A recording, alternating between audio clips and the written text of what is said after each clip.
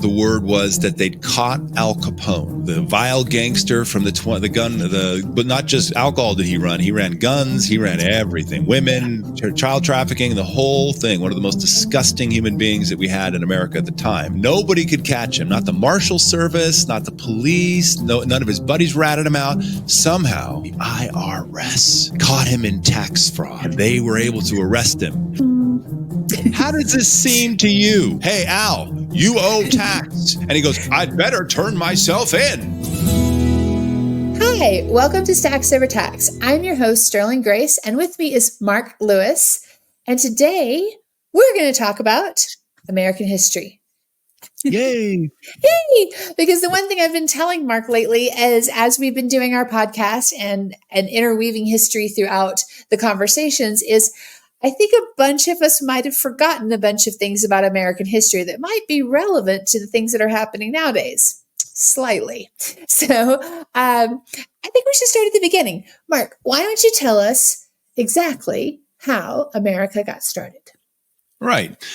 And you think, hey, American history, so boring. Well, the history that I was taught, maybe what you were taught, is indeed incredibly boring. And it's like, you got to remember the dates and the Patriot Revolution and the Civil War. Yeah. But what matters most to me about history is what it's doing to us now. Things that started back in, really 1782, that are driving why we're poor now. If you can believe that. What the Civil War, the War of Yankee aggression, was all about. And why we're being taxed. What really happened on the planetary level for us to become a country. Because I'm just going to let you figure out who they is, tell the story. It doesn't make a lot of sense. It doesn't make a lot of sense. And I'll just kind of start at the beginning. So you got a bunch of colonists, right? You got a bunch of colonists hanging out. They love it here. They're dealing with harsh winters. They're dealing with the Indians. They're dealing with everything else. But they're here. It's not to get away from religious oppression. Y'all, they were in a Protestant nation. Y'all, they came here as Protestants. They were in a Protestant nation. So problem number one, they didn't come here for religious persecution. They weren't getting killed in the streets because they were Protestants. Now, maybe if they were in the Sudan, maybe if they were in France, because that was Catholic. And of course, the French came here as Catholics from a Catholic nation, France. And the Spaniards came here, Catholics. They came as Catholics. They weren't trying to be Protestants. They came here and were still Catholics. So it's not religious oppression that brought them to the New World. I wonder what could have brought them. I wonder what could have brought them to the point where they got mad enough that they took all of the most expensive tea in the world and dumped it into Boston Harbor. Was it because they were religiously oppressed? No. Taxes, control, commerce, and slavery, commercial slavery, really, because the taxes were so great in Europe, not just the UK or England at that time. It was oppressive. So they're like, let's get out of here. Let's go to a non-commercial zone. We will create commerce, but do it without tax. Now, so far, everything I'm telling you probably makes reasonable sense, but might just chide with what you were led to believe a little bit, because they didn't come here for religious freedom. They created religious freedom, but that was a byproduct of why they were here. We want to keep the money that we work with from the sweat of our brow. They would say that the Bible said that the man shall work from the sweat of his brow. It does not say, and be taxed. Man shall work from the sweat of his brow, period, and reap the benefits. Now, obviously, Jesus later in the New Testament says, give back to Caesar what is Caesar's, a very clever response to should we pay taxes, which is, hey, don't make waves. There's a lot more important things to do than to argue about whether or not you're paying taxes. Well, in those days, they were willing to completely walk away from everything they knew. Everything they knew, their society, their friends, their churches, their wealth, and come to these states. Now, obviously, the guys in Georgia, they were prisoners. That's different. But for the most part, the New World was a place where there was no there was no sucking away your wealth from tax. Now, obviously, long story short, things got bad, and then there was a war. because they're like, you're now bringing those taxes here to us, and we came here to avoid all that. So we're going to have to fight you. Now, who are these people that were fighting? Who was outnumbering whom? Well, you could say that there's a lot more colonists than there were English redcoats and all of that. But you're talking about the greatest military force at that time in the history of mankind. And they had the most modern weapons, the most modern skill. They were mechanized to a certain degree. They had cannons. And you're like, exactly how did these ragtag bunch of guys beat tens of thousands of soldiers? It's not like, because we were so tough and we used the Indians and it was, touch and or attack and run tactics, guerrilla warfare. It's not what it was. It's not what it was. Now, to know what it was, you have to know what's really going on. So there was no money in these poor Americans. You know that picture where you've got all the guys signing the Declaration of Independence? They weren't signing the Declaration of Independence in one place. Those guys were accused and charged and convicted of treason. They were running for their lives. They're running for their lives. If they were caught, they'd be hung. They were treason against the crown. They committed treason against the crown. They're not going to all pile them into one group. I know some people say, well, it was signed in this place. I'm going to say, think about that for just a second. Who would do such a stupid thing? It's an artist's rendering. I love it. It's beautiful. It's great. But let's think about what's really going on. These guys, they're running for their lives. Their homes have been forfeit. Most of them burned by the British to try to, get them to ground. So they don't have any money. Where are they going to get money to fund this war, this rebellion? Well, who else in the world's got cash? And who else in the world's got a little foothold on the New World? Don't say Spain, because the only thing Spain had was gold, of which they had quite a bit. But they were not going to part with it. Who had actual cash in the late 18th century? France. The other power. The other global power. Now, yes, Spain had the larger navy, and they lost it not too long after that. But France was the other global power, the planetary power next to England. Of course, they were at war forever. And so the Americans borrowed $5 million. Think about that in 1780. Well, no, it was 1774 when they made the loan, to be paid in 1789, to be paid back with interest in 1789. So they borrowed the money from France, $5 million, to fund them. The ship came with the cash, and they were able to, and the resources, and they were able to basically mount a huge defense against the British who were overtaxing them. And then you have the Boston Tea Party, and all these other things that, you all know the history of the war part. But it was over taxes. It was over the, overall their liberties were being impinged by this British force. So 1782 comes, and they're like, well, we need to start making payments. And they're like, right. Well, we don't really have any money. Well, what are we going to do? So they go to the federal government. The federal government's like, oh, we don't have money for this. It was just 6 years ago, y'all, we were like shooting people.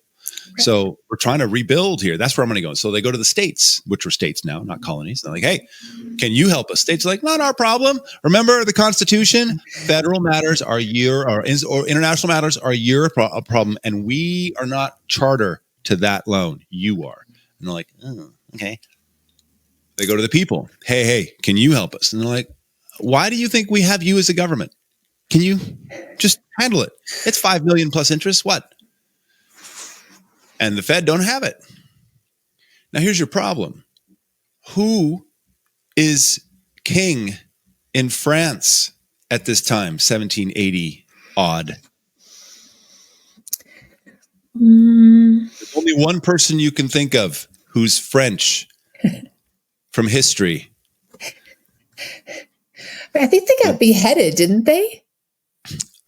Yes. Maybe.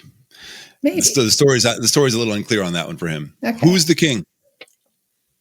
King Louis. Well, actually, that's another good French, Louis XIV. That's true, but not him. That's way earlier. The only one, if you said name some French king, emperor, war person, famous French guy who was a leader, who are they going to say? Napoleon. Exactly. Napoleon is of fabulous architectural things. So, no, that's Louis. Oh, I guess that's true. Yes, you're right. And most people don't realize that he actually, on his campaign to Alexandria, found the Rosetta Stone. I did know that. It's the only thing I missed going to see when I went to London last time. I really wanted to go see the Rosetta Stone because I think it's a fascinating piece of history. It opened up history. It opened up all of history. History, really. I mean, what an amazing artifact. And for him to find it, of course. So Napoleon's the guy running the show. He's already got North America. He's got central, south-ish, Louisiana, Texas-y. Those weren't there then. Yeah. But the Gulf of now America down there. And he's got those. And he's like, what a great pincher movement that would be. So he goes, well, I tell you what. I'll give you until 1789 to make your payments. Otherwise, the contract turns into foreclosure. All 13 states go to France. And wouldn't that be nice for Napoleon? Imagine if all that whole eastern seaboard were French now. And now the English have a huge problem. Because they're like, now all the resources of America are now going to their mortal enemy. So, and of course, the Americans are like, this is so not cool. Because we're not going we don't really know how we beat back. Yeah, we beat back the English somehow. But we know we can't beat back the French because they're already here and they have a huge armada of ships. What are we going to do here? What are we going to do, guys? So it fell to John Adams, who became eventually our second president, to get on a little boat and go talk to George, old King Georgie, and go, hey, so buddy, pal, George, we have a mutual problem. And he's like, do we now? Yes, we do. So that we borrowed. He goes, oh, yes, I know about your borrowing. Oh, yes, you do. Okay, well, so we can't pay. And this is to, Mr. Bonaparte. And we don't like the results if we don't make a payment. So what I'm going to ask is, I know we just kicked your ass out of our country. And I know you're now our enemy and that's bad and not good. But would you mind loaning us $5 million on a little better terms, a little slower payback? And that way we can pay off Napoleon over there. And he goes, I definitely don't want the East Coast of the New World going to Napoleon, short guy. But what are you going to give me for collateral? Because you don't got any collateral. And he goes, well, I'll tell you what we'll do. We'll give you all 13 states as collateral. Let me get this straight, John. We lost the battle with you. And if I give you $5 million, we get it all back anyway? Is that what I'm hearing? And John Adams was like, pretty much, yeah, sorry. Sorry about that. Sounds good. Let's do it. Now, little did John Adams know, but history will record that even now the British Crown owns a third of the French National Bank. So $5 million to him, he's like, I'm a benefactor of the bank. Y'all just erase the debt, won't you? Because they're at war. Are they? When the Crown owns the country's bank of the enemy, they're all kind of, holding hands under the table. So when we have to ask, how did the new republic, this new bunch of rebels in America, beat off the number one land force on the planet?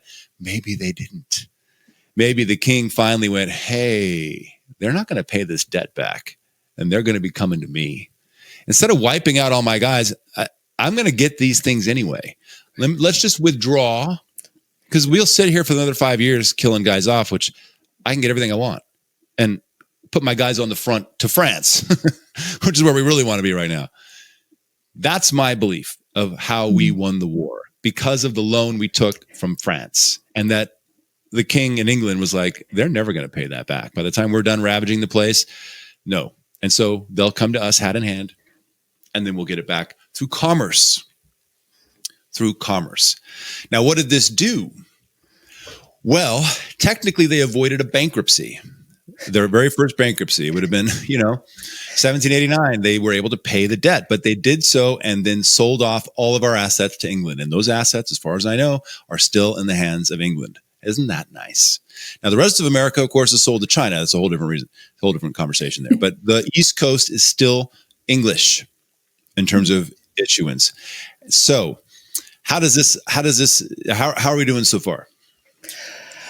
Fantastic. Yeah, this is super, super interesting. I'm mostly thinking how grateful I am to be a Texan. So I consider myself a Texan first and an American second.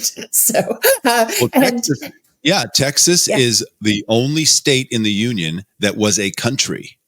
That's right. The Lone Star Republic. And it was one of the few republics on the planet at the time. So they they warred with the Mexicans and they warred with the Indians, and it was a brutal. And then finally they said, we're our own country. So most people don't realize that. There was the United States over here and some of the stuff over here. And then there was the Lone Star Republic, Rio Grande, whatever that parallel is, and going this way. And that's a thing. And it didn't last very long. We're the only state that's allowed to fly our flag at the same height as American flags. So when you go to Texas, you will see flags everywhere. And it's still something that we're super proud of. I don't know another place in America where you go to people's homes that the flag is a part of our home. And it's a very interesting. Yeah, we're strange but proud people in Texas. Well, out here in the Desert Tea State, that's Texas, and I live in Tennessee. You can always tell who the Texans are because there's a star on their house, the big Texas star, and maybe the flag, but there's not usually the flag, but the star. And if they have a barn, that star is on there, they're Texans, or at least the people who put that barn up are Texans. And the people who moved in don't realize that's a Texas star, So Texas was a country. And then I actually don't remember how long it was a country, the Lone Star Republic, until it became Texas, the Lone Star State. But it's a very interesting history there too. But for us in America, once we kicked out the Brits, there was no tax. Zero. Everything was funded from import-export tax vis-a-vis tariffs. Tariffs funded the federal government, and the federal government didn't have huge weights like welfare and Veterans Affairs and the FBI and the CIA and the FAA and the FDA and the AWOL and all the other nonsense that makes the federal government one of the most massive organisms on the planet.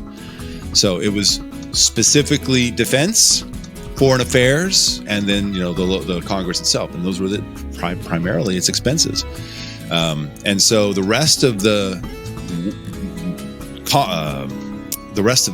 civilization of America was funded by local taxes, state taxes, if there were those.